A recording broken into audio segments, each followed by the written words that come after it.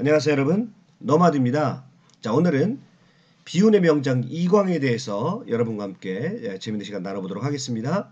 이 이신 장군의 후예입니다. 이광 장군은요. 그 이신 장군이 누구냐면 전국시대 진나라의 명장이죠. 그래서 진나라의 통일에도 기여를 했을 뿐만 아니라 그 이후에도 여러 가지로 진시황을 도와서 큰 활약을 했던 사람이 이신 장군인데, 이 이신 장군의 후예로서 이광 장군도 명문 가문의 장군 가문의 후예로서 역시 평생을 전쟁터에서 보냈던 사람입니다. 그런데 주로 활약했던 시기가 흉노전쟁 때 활약했던 장군이기 때문에 흉노족 입장에서는 굉장히 꺼려지는 그런 장군입니다. 그러니까 흉노족의 전술을 잘 이해를 했고, 특별히 흉노족이 잘하는 활쏘기와 기마술이 아주 뛰어난 장군이었거든요. 그래서 야전 장군으로서 흉노족은 이광 장군을 피하고 싶은 그런 장군이었습니다. 그래서 흉노족이 별명을 붙여줬는데 비장군이다, 날아다닌다 라고 할 정도로 뛰어난 전투력을 보여줬던 사람이 바로 이신 장군입니다. 그런데요, 이 사람을 사마천이 이장군 열전에다가 소개하고 있거든요. 흉노전쟁과 관련된 인물 중에서 제일 앞부분에 이 장군을 실어놓고 있습니다. 그만큼 사마천은 이 사람을 높게 평가하는데요. 그런데 그 높게 평가하는 그 부분에 있어서 사마천의 사감이 많이 들어가 있습니다. 그것은 뭐냐면 비주류의 서름이죠. 당대에 주류에 들어가지 못했고 비주류에 들어갔었기 때문에 부당한 대접을 많이 받아서 가령 전쟁터에 나간다 할지라도 좋은 곳에 승리 확률이 높은 곳에 배치되는 것이 아니라 승리 확률이 낮은 곳에 굉장히 험한 곳에 배치되어서 상대적으로 전공을 세울 수 있는 기회를 박탈당한 그런 전형적인 사람으로 보았기 때문에 사마천이 자신의 사감을 치러서 자신도 그런 서름을 많이 받았거든요. 그래서 이 장군을 맨 앞에다가 실어 놓은 것을 볼 수가 있습니다. 자, 이 그림은요, 이신 장군과 관련된 굉장히 유명한 전설처럼 내려오는 이야기인데, 어느 날 사냥을 가는데 사냥에서 숲속에서 호랑이같이 보이는 물체가 보이는 겁니다. 그래서 본능적으로 그곳에 화살을 쏘았는데요, 정확하게 그 호랑이로 보이는 물체에게 박혔습니다. 그래서 가보니까 호랑이인 줄 알았는데 바위에 그것이 박혀 있는 거예요. 순간적으로 호랑이라고 생각하고 집중력을 발휘해서 화살을 쏘았는데 그것이 바위였어요, 사실은. 그런데 그 바위에 화살이 박힌 겁니다. 하도 신기해서 그 다음에 이 장군이 다시 한번 바위에다가 화살을 쏘았는데 화살이 절대 박히지가 않더라는 겁니다. 그래서 위기 상황에 처했을 때 사람에게 나오는 초인적인 힘을 이야기할 때 이 이야기를 그 예로 들고 있죠. 이신 장군의 삶에 대해서 구체적으로 살펴보도록 하겠는데요. 먼저 때를 잘못 만난 장수다, 이런 평가를 받습니다. 자, 이 말을 한 문제가 하는데요. 안타깝게도 그대는 좋은 때를 만나지 못했다. 만일 고제 때에 살았더라면 만호의 제후쯤은 문제도 안 되었을 텐데 라고 한 문제가 얘기합니다. 그러니까 난세를 만나서 역할을 충분히 할 수 있었다고 한다면 제후쯤은 문제도 없었을 것이다 라고 한 문제가 안타까워합니다. 한 문제 때는 흉노와의 전쟁이 있기도 합니다만은 그러나 대규모의 흉노와의 전쟁은 없었죠. 그리고 이때는 문치의 시대 또는 대정을 착실하게 다져서 전쟁의 고통으로부터 백성을 구하고자 하는 태평성대를 이루고자 하는 그런 시대적인 정신이 있었기 때문에 한 문제 때는 대규모의 전쟁이 없었습니다. 그런데 옆에서 조그만 흉노전쟁을 감당하는 이 이신 장군의 모습을 보고요, 한 문제가 감탄을 합니다. 그리고 몇 번 한 문제를 위험에서부터 구해준 그런 적도 있었던 것 같아요. 그래서 한 문제가 안타까워합니다. 그런데 한 문제 때만 그런 것이 아니라 그 이후에 한 경제 때, 그 다음에 한 무제 때까지 그의 이 불행은 이어지게 되는데요.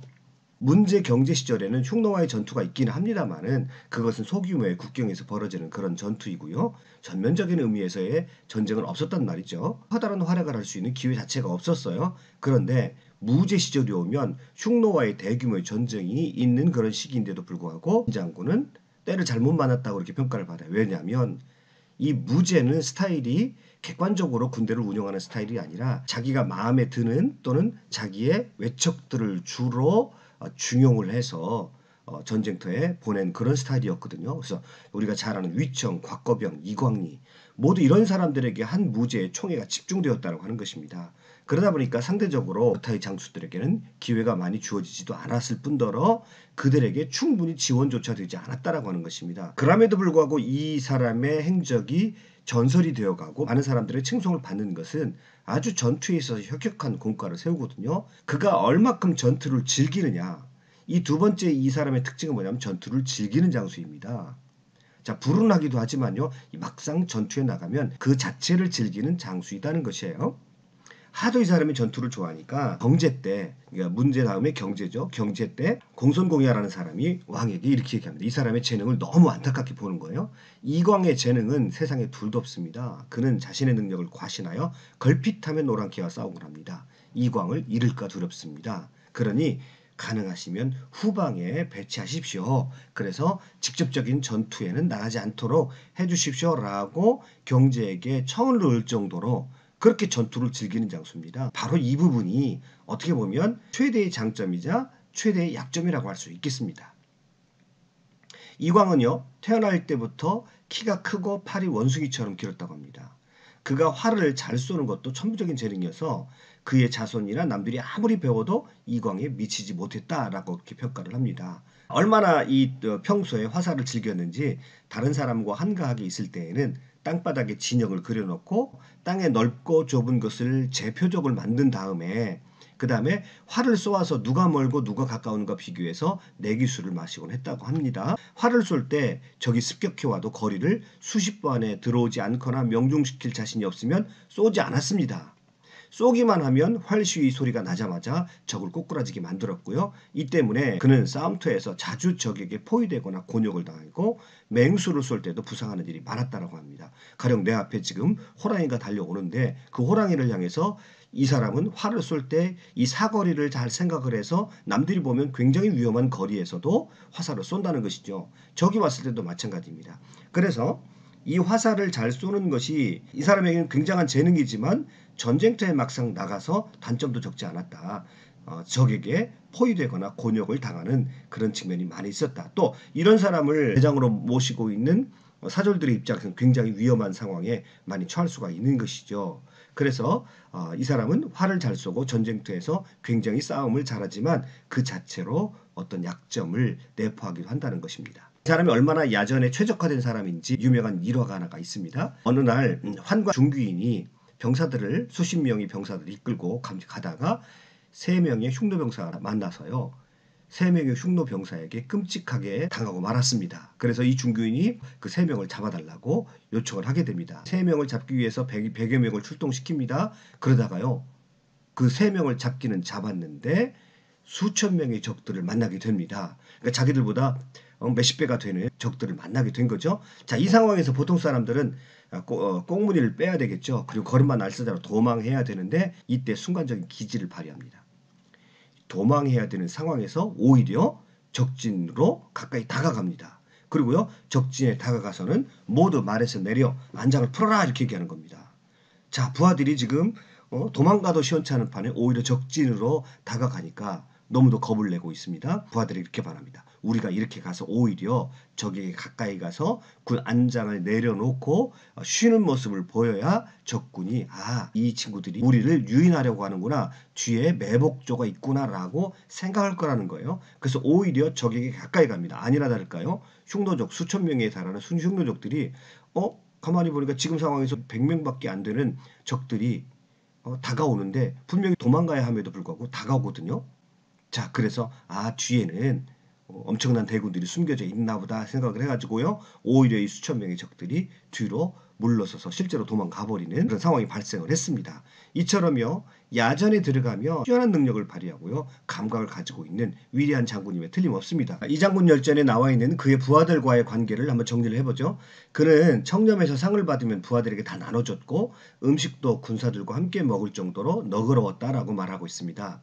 자, 군사를 인솔할 때 식량과 물이 부족한 곳에서 물을 보아도 병졸들이 물을 다 마시기 전에는 물을 가까이 하지 않았습니다.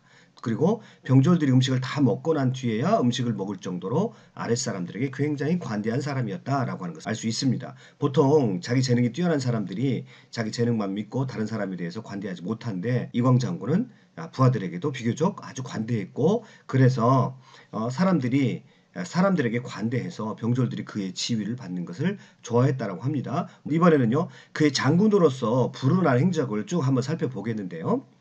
이광은 죽을 때까지 40여 년에 걸쳐 복록 2,000석을 받는 관직이 있었으나 집에는 남아있는 재물이 없을 만큼 청빈한 장수였다. 왜냐하면 다 부하들에게 나눠주니까요. 그 다음에 흉노와의 70여 차례 전투에서 다 이기며 전무후무한 공을 세우고도 지위가 이천서급에 머물고 제후급에 오르지 못했다. 실질적으로 패한 적은 없다는 거예요. 그럼에도 불구하고 제후급에 이르지 못한 것은 굉장히 이례적이라는 것입니다.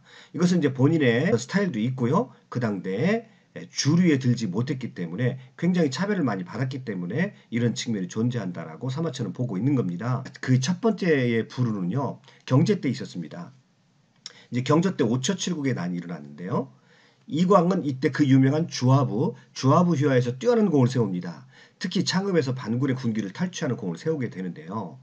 그의 무용에 감탄을 합니다. 양왕이. 그러니까 제후국이었던 양왕이 정부군의 편에 서 있었어요. 그래서 5초 7국 반란군을 정복을 하는 정부군에 속했던 아주 그래서 그 당시에 혁혁한 공을 세운 왕이 또 양왕인데 양왕이요. 이광이 전투하는 모습을 보더니 감탄을 합니다. 그래서 이 사람에게 장군의 일을 내립니다. 언뜻 보면 굉장히 이광이 인정받고 상을 받은 것 같았는데요. 이것이 굉장히 또 이광에게는 좋지 않은 일이었습니다. 왜냐하면 양왕은 당시에 정부군인 황제의 군대인 이광에게 이런 상을 내릴 자격이 없거든요. 황제군의 입장에서도 황제 편에서도 굉장히 난감한 상황이 발생을 했습니다.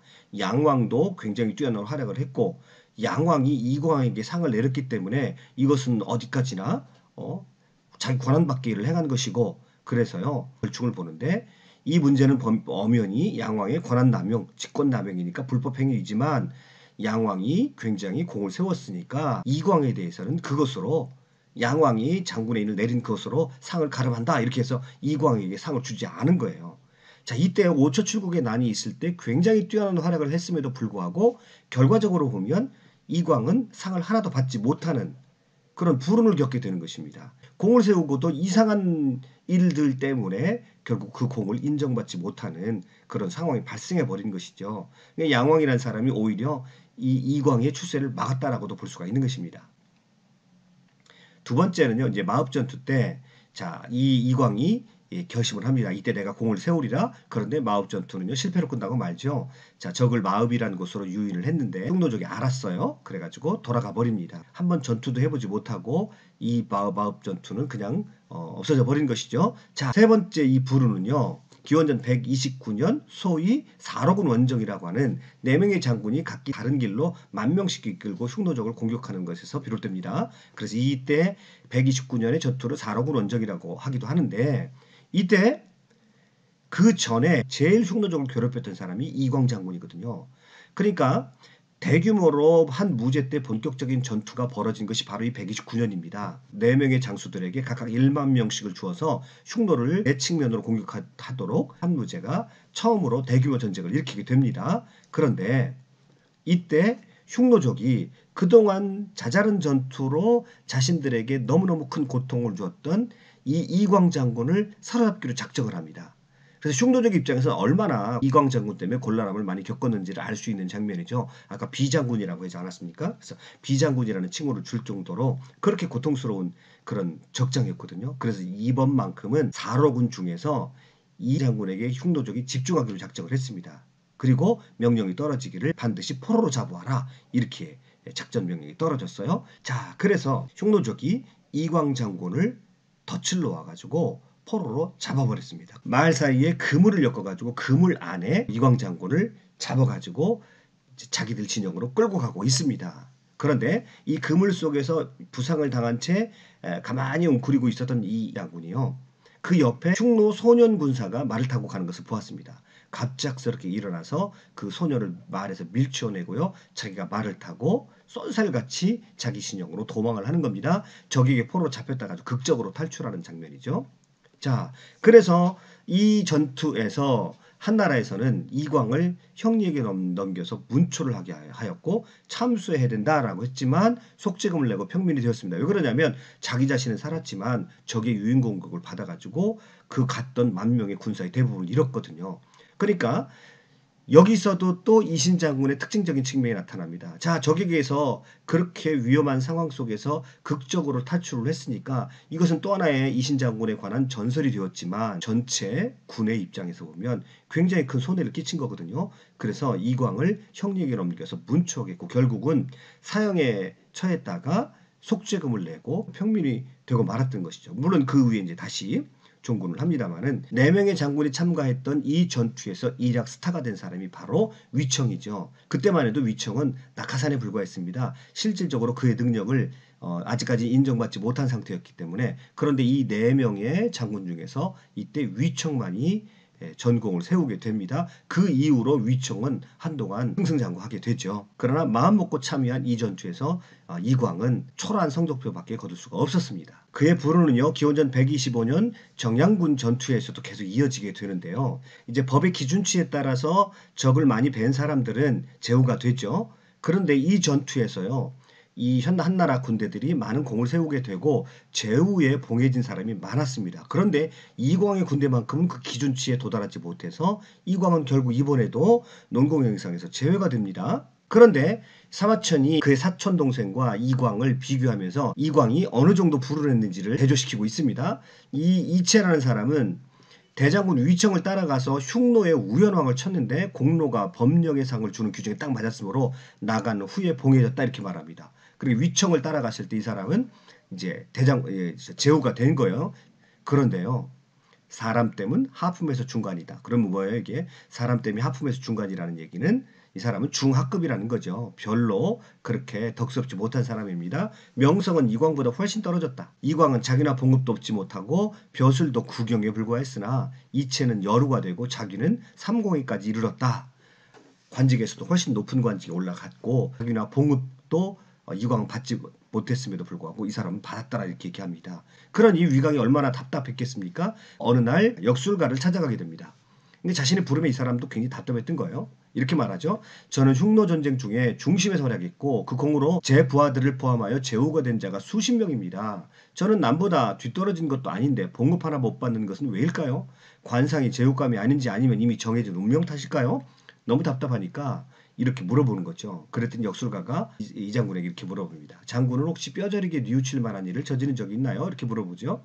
그랬더니 이광이 농서 태수에 있을 때 강족이 반란을 일으켰는데 제가 항복을 권유해서 투항한 800여 명을 한꺼번에 죽인 일이 있었고 크게 후회하고 있습니다. 지금도 이렇게 얘기합니다. 그랬더니 투항한 자를 죽이는 것보다 더 큰 환은 없습니다. 이것이 제후가 못된 원인입니다. 이 왕삭이라는 이 역술가가 이렇게 말을 합니다. 그런데 저는 동의하지 않습니다. 사실은 이것 때문이 아니라 여러 가지 이유가 있겠죠. 두 가지 커다란 이유가 있다고 한다면 하나는 차별을 받았을 것이고 비주류였기 때문에 차별을 받았을 것이고 또 하나는 이 사람이 가지고 있는 근본적인 한계가 또 있지 않았을까요? 위에서 언급했지만 야전에 저는 굉장히 뛰어난 장수임에 틀림없습니다만은 자주 함정에 빠졌고 또 그는 때에 따라서는 그 자존심이라는 측면에서는 한신과 같은 측면이 있다고 할 수가 있겠는데 한신은 전투에 있어서 큰 그림을 잘 보고 전투의 전후 맥락을 잘 생각하는 사람이었다고 한다면 이 이광 장군은 그런 측면에서 현장의 전투형 장군, 그게 야전형 장군이라고 그러죠. 야전에 들어가서 실제 병사들과 함께하는 그런 전투에서는 탁월한 능력을 보이지만 전체 전쟁의 기획이라는 부분에서는 상당히 약점이 있지 않았을까라고 그렇게 생각하게 하는 측면이 있죠. 자, 불운은 또 계속 이어집니다. 기원전 123년에 4,000명을 거느리고 우북평, 이번에는 이제 조금 더 북쪽으로 올라갔어요. 우북평으로 올라갔습니다. 그때 여기 보면 좌현왕이 있죠. 그러니까 한나라가 우측이면 흉노는 좌측이겠죠. 그래서 좌현왕과 맞닥뜨리게 되는데 4만 명이 흉노의 좌현왕에 의해서 포위가 되기 시작합니다. 자, 그런데 이때도 이광의 전설은 만들어져요. 왜냐하면 이광은요, 이 위급한 상황에 자기보다 10배가 많은 적군들을 앞에 섰습니다. 자기 아들 이감을 향해서 돌격하라고 명령합니다. 너는 진영을 돌격하고 돌아오라고 명령을 내립니다. 그런데 이광 장군의 아들도 꽤 용맹한 장군이었던 것 같아요. 그가 아버지 명령을 따라서 적군을 휘젓고 돌아옵니다. 그리고 나서 병사들에게 안심하라. 우리 흉노족을 충분히 이길 수 있다라고 그렇게 얘기하는 겁니다. 그리고 나서요. 자기가 친히 대황이라고 불리는 쇠뇌를 쏘면서 적군을 공격을 합니다. 악전고투를 하는 것이죠. 그런데 이 악전고투 끝에 다음날 우리가 그 잘 아는 비단길의 개척자 장건이 군대가 마침 도착을 합니다. 그래서 포위를 풀고 도망하게 됩니다. 이때 장건은 뒤늦게 도착한 죄로 차명을 처할 뻔했습니다마는 속죄금을 내고 풀려나게 되고요. 이광은 공적과 과실이 비슷하다 하여서 상을 받지 못하는 겁니다. 그러니까 여기서도 이광 장군의 장단점이 싹 드러나죠. 일단 적과 맞닥뜨렸을 때에는 굉장한 능력을 발휘하는 것은 틀림없습니다만은 전체적으로 적을 가령 이순신 장군처럼 또는 손자병법처럼 적을 잘 알고 이기고 싸우는 전투를 그는 하지 못했다라고 하는 것이죠. 그러니까 전쟁의 전체적인 기획력은 아무래도 좀 딸렸던 것 같습니다. 그 유명한 기원전 119년의 막북전투죠. 위청과 곽거병이요 각각 5만의 병사를 이끌고 진격을 합니다. 흉노의 본진을 향해서 진격을 합니다. 그 뒤에는 수십만의 보급병과 지원군들이 따라가는 어마어마한 대전투죠. 이때 곽거병이 바이칼호까지 시베리아의 바이칼호까지 진출해서 흉노족을 무찌르는, 그리고 이때 위청 장군도 흉노족의 본진에 들어가서 선우와 맞닥뜨리는 굉장한 큰 전공을 세우게 되는데요. 나이가 60살이 넘었으니까 이광이 이제 이 한무제는 이광을 못마땅하게 생각을 했으니까 이광을 전투에 참여시키지 않으려고 합니다. 그런데 이광이 여러 번 싸움에 나가게 달라고 청원을 합니다. 그래도 당시에 명망 있는 장군이 자기가 전투에 나가겠다라고 하는데 어떻게 안 내보내겠습니까? 그래서 이 이광을 내보내면서 마지못해서 전장군, 전투에 앞장서서 싸우는 전장군으로 삼고 대장군 위청을 몰래 부릅니다. 그리고 위청에게 이렇게 말합니다. 이광은 늙고 운수가 좋지 않은 사람이다. 선우와 대적하게 해서는 안 된다. 대적한다 해도 바라던 바를 이루지 못할 것이다. 이렇게 얘기하는 겁니다. 그러니까 한무제가 보기에도 정말 이광은 불운이 계속 반복된다는 겁니다. 능력면에 있어서는 탁월한 것은 틀림없습니다만 이상하게 전투에 나가면 전과를 별로 그렇게 만족스럽게 얻지 못한다는 것이죠. 그래서 이렇게 은근히 왕따를 시키라고 명령을 내리는 겁니다.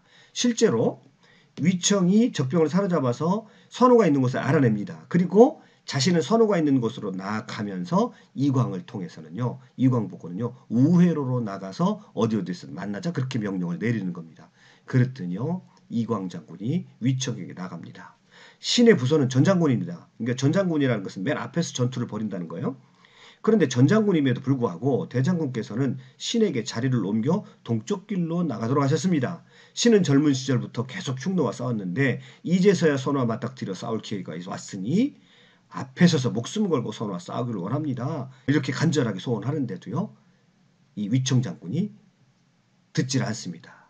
그러니까 인사도 하지 않고 이광이 나가버리고요. 할 수 없이 군령이니까 그대로 따라갑니다. 그런데 약속한 장소에 이광희 부대가 늦게 도착을 해요. 그런데 여기에서 이 위청이 선우를 공격을 하기는 했습니다만 잡을 뻔하다가 선우를 놓쳤습니다. 선우를 잡는 것을 실패하자 은근히 그 실패의 책임을 이광이 늦게 왔다고 이광에게 덧씌우는 겁니다. 그래서 이광과 이광의 부하들을 문책하기 시작을 합니다. 그러니까 이광이 나이라는 측면에서 봐서도 자기 자식만한 나이거든요. 이 위청이 이광 장군이 너무너무 분해가지고요. 내 부하들을 탓하지 말라. 그리고 자기가 자기 칼로 자기 목을 찔러서 자결하고 맙니다. 정말 불운했던 사람, 끝내 그에게 닥치는 불운들을 이기지 못하고 전쟁터에서 자살로 삶을 마감하고 맙니다. 수많은 사람들이, 주변의 모든 사람들, 나라 전체가 슬퍼했다라고 그렇게 전하고 있습니다. 자, 이 불행은요, 대를 잇습니다.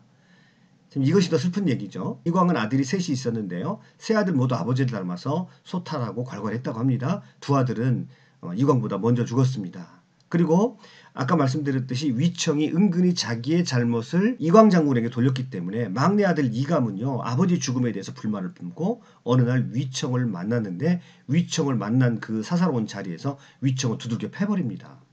그런데요, 위청은 잘 알고 있었어요. 자기가 잘못한 것을 알고 있었고 괜히 이 상황에서 이감이라는 사람을 벌을 주게 되면 자기에 관한 또 단점이 드러날까봐 그 사건을 유야무야 넘겨버립니다. 나중에 이 소식을 위청의 조카 곽거병이 들은 거예요. 곽거병은 또 이것을 참을 수가 없었죠. 그래가지고요, 이감과 같이 사냥터로 가서 은근히 사냥을 하는 척하면서 이감을 화살로 쏴 죽여버립니다. 그리고 황제는 또 곽거병 하면 또 끔뻑 죽는 사람이 황제니까 이 황제는 사고사로 사슴뿔에 받쳐 죽였다고 덮어버리고 그 이후로 이광의 가문은 몰락해 갑니다. 그에게 또 한 명의 아들이 있었는데 유복자로 있었습니다. 이릉에게도 똑같은 그런 불행이 반복이 되어집니다. 정말 이 집안이 불행한 집안인 것은 틀림없습니다. 그때 당시에 한 무제의 사랑을 받았던 장군이 바로 이광리입니다. 이광리 장군 휘하에서 이 이릉이 종군을 하게 되는데 여기서도 역시 비주류의 서름을 아주 톡톡히 이릉 장군이 경험을 하게 됩니다. 적을 분산시키기 위해서요. 오히려 이릉을 적진 깊숙이에 보냅니다. 5,000명을 주어가지고. 그런데 적진 깊숙이 들어갔다가 선우의 8만 군사와 맞닥뜨리게 되고요. 완전히 포위가 되게 됩니다. 여기서요. 치열하게 전투를 합니다. 이릉 장군이 5,000명의 군사를 가지고 이 흉노 8만 명과 싸워가지고요. 절대 물러서지 않습니다. 흉노족도 타격이 엄청 많이 갔습니다만은 그러나 중과부적이었어요. 끝끝내 이릉 장군과 수백 명밖에 남지 않았습니다. 그때 선우가 이릉 장군을 회유합니다. 그래서 이릉이 할 수 없이 훈리를 기약을 하고요. 흉노에 투항하게 됩니다. 이 사건을 놓고요. 한 무제가 노발대발하는 것이죠. 그리고 이릉의 가족들을 모두 죽여버리게 됩니다. 이때 바로 이제 사마천이 등장하는 거죠. 아무도 이릉을 변호하지 않자 사마천이 등장을 해가지고 이릉 장군은 아버지를 닮아서 굉장히 신실한 사람입니다. 이 사람이 투항했다고 그러면 분명히 다른 뜻이 있었을 것입니다. 그리고 그가 보여줬던 전공은 절대 작은 것이 아닙니다.